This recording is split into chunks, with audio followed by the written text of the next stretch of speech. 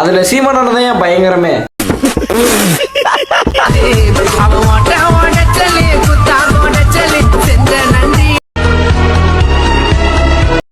நான் கேட்டது அவர் எனக்கு கொடுத்தது உங்க அம்மா உங்க ஆத்தா.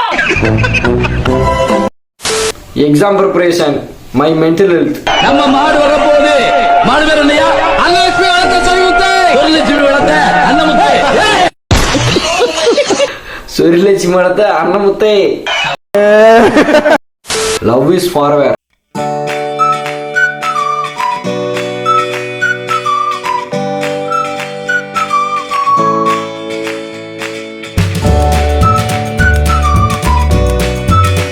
இவனும் என்ன மாதிரி யோசிச்சிருக்கான்டா.